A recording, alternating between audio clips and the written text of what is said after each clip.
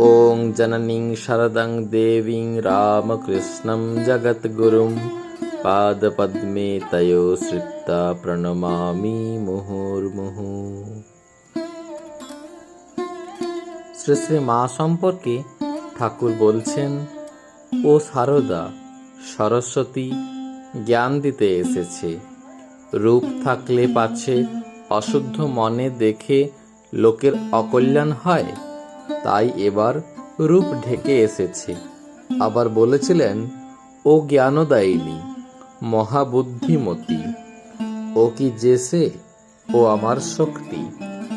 আবার কখনো ইঙ্গিতময় ভাবে বলেছেন, আমি কি আর লাউ শাক খাকি পুঁইশাক খাকিকে বিয়ে করেছি।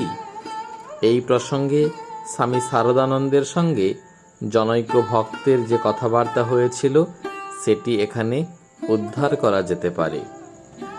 জনৈক ভক্ত: মহারাজ, ঠাকুর যে অবতার তা না হয় তার দিব্য ভাব দেখে বিশ্বাস করতে পারি, কিন্তু মা যে সাক্ষাৎ ভগবতী সে কথা মনে আনতে পারি না কেন। স্বামী শারদানন্দ: ঠাকুরকে যদি ভগবান বলে বিশ্বাস করতেই পেরে থাকো, তবে এ সন্দেহ তোমার আসে কেন? ভক্ত: আমার এ সন্দেহ কিছুতেই দূর হচ্ছে না। স্বামী শারদানন্দ: তাহলে বলো, ঠাকুরকে অবতার বলে তোমার ঠিক ধারণা হয়নি।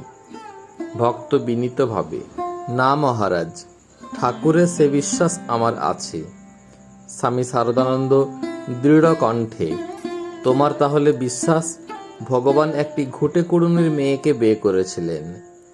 শ্রীরামকৃষ্ণ সারদা দেবী সম্পর্কে যে বললেন, ও আমার শক্তি, এই শক্তি শব্দটি শ্রীরামকৃষ্ণ বিশেষ অর্থে ব্যবহার করেছেন।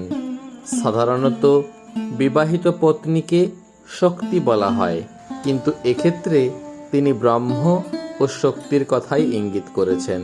শ্রীরামকৃষ্ণ ভগবান, সারদা দেবী আদ্যাশক্তি ভগবতী, যুগাবতারের শক্তি রূপিণী, যিনি যুগে যুগে অবতারের লীলা সঙ্গিনী হন।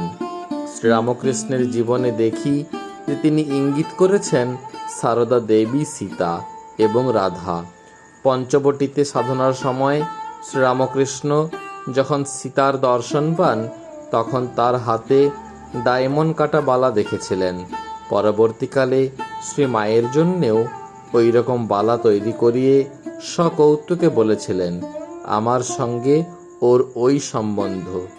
স্বামী ত্রিগুণাতীতানন্দকে তখন সারদা প্রসন্ন মিত্র মন্ত্র দীক্ষা নেবার জন্য শ্রী মায়ের কাছে পাঠানোর সময় শ্রীরামকৃষ্ণ বলেছিলেন, অনন্ত রাধার মায়া কহনে না যায়, কোটি কৃষ্ণ কোটি রাম হয় যায় রয়।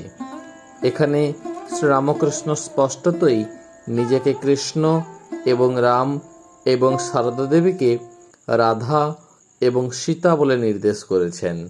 আরও লক্ষণীয় যে শ্রীরামকৃষ্ণ এখানে সারদা দেবীকে তার নিজের চেয়েও উঁচু আসনে স্থাপন করলেন।